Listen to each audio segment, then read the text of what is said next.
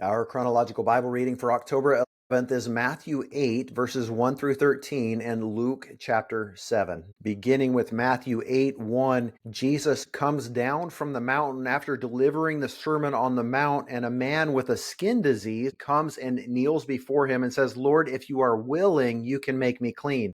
I get the impression that the man didn't have enough faith to ask Jesus to cleanse him or to heal him. He was simply acknowledging the truth that he understood that if Jesus so desired, he had the ability. Many of us struggle with that today. We know God is able to intervene. We know God is able to heal. We know that God is able to raise the dead and meet every need we have, but we're not sure if he's willing.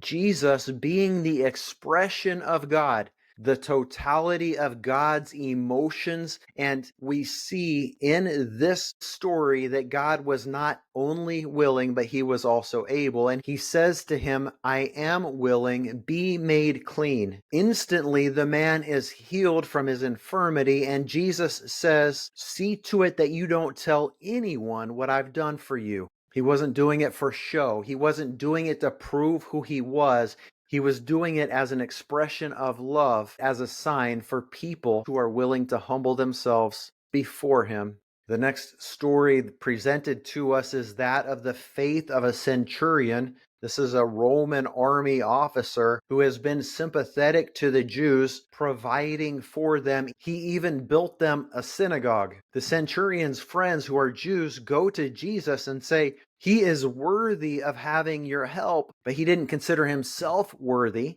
because he was humble. Jesus is amazed by this man's faith. And he says in Matthew 8:12 that there's a huge difference between a Gentile who has great faith and a son of the kingdom who doesn't. There's a shakeup happening in the body of believers even right now, and those who were raised in church but who have no faith are in danger of losing their heritage as being called a child of God, while those who have no background or heritage of faith are going to come and experience the power of the gospel and recognize that the Lord God can do whatever he wants. They're expecting God to move in unconventional ways, and God is going to honor that because of their expectation, because of their understanding that God doesn't have to flow in the same way he's always flowed. From there, Jesus and his disciples are going to a little town called Nain.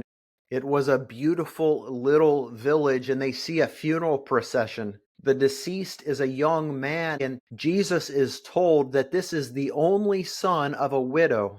Upon hearing this news, your translation might say Jesus had compassion, but a much better translation would say he was moved with compassion. It could be translated that he was yearning, that his insides were in such turmoil because of the pity and the heartbreak that he was doubled over in pain. The word literally means to be moved in the inward parts. Strong's Concordance describes it as a spirit-wrought emotion in which the whole inner being is stirred toward merciful action. Every time this word is used in the gospel, compassion becomes the hinge between human need and divine intervention. And this is important because it's showing us how God feels about the struggles that his people face. This is a consistent pattern. Jesus sees something, he is moved by it, and then he acts as an outflow of the emotion that he's feeling. This word is used in the story of the Good Samaritan and in the story of the prodigal son. This is a picture for us into the divine character of God. It's not just an emotion. It's the embodiment of what the Psalms say, how God is compassionate and gracious. Over and over again, Jesus is moved with compassion throughout the Gospels, and he is the example for us. He went to the cross out of compassion because his heart was broken over the broken hearts of people like you and me who are lost without him. He is so moved with compassion that he stops the funeral procession. He speaks to the man in the casket and says, "Young man, I tell you, get up." The dead man sat up. He began to speak. Jesus gives him back to his mother, and the crowd is astonished, of course. News began spreading about him. Verse 17 says, "This report went about him throughout all of Judea and into the countryside." And then, in the very next verse, and then John the Baptist hears about this. John was Jesus' first cousin. John should have spent the last 30 years hearing about how Jesus was born of his virgin Aunt Mary, how the shepherds came to him at night, all of the stories, and so many more John would have known, having been raised as Jesus' first cousin. And yet, hearing this story, how Jesus was moved with compassion, prompts John to send his disciples back to Jesus and say, "Are you the one who is supposed to come? Or should we look for someone else?"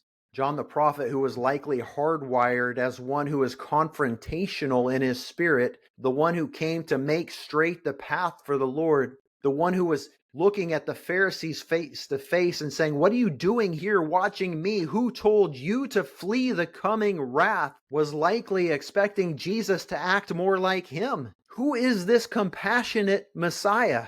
Who is this one who breaks down and cries before he heals somebody and raises the dead? Jesus said, "Go and report to John what you've seen. The blind receive their sight, the lame walk, those with leprosy are cleansed, the deaf hear, the dead are raised, and the poor are told the good news. Blessed is the one who's not offended because of me." It's easy to be offended when God shows up in ways we don't expect, but blessed are those who are not offended when God upsets their expectations. Many of us have been upset because God hasn't fulfilled our expectations. Blessed are you when you're not offended because of Him. Blessed is the one who recognizes God is God and who also respects Him enough to ask hard questions. When we're honest enough to say, "God, I don't understand what you're doing right now. I don't see how these pieces fit together, but I trust you.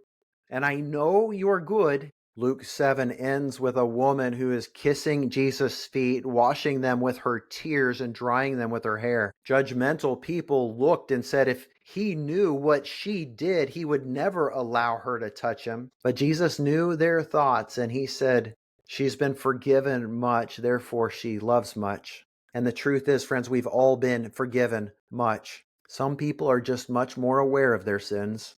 May we be humble before Him, and may God bless you as you consider these things. May He fill you with His Spirit and give you all understanding for His glory, for the advancement of His kingdom in your life. See you tomorrow.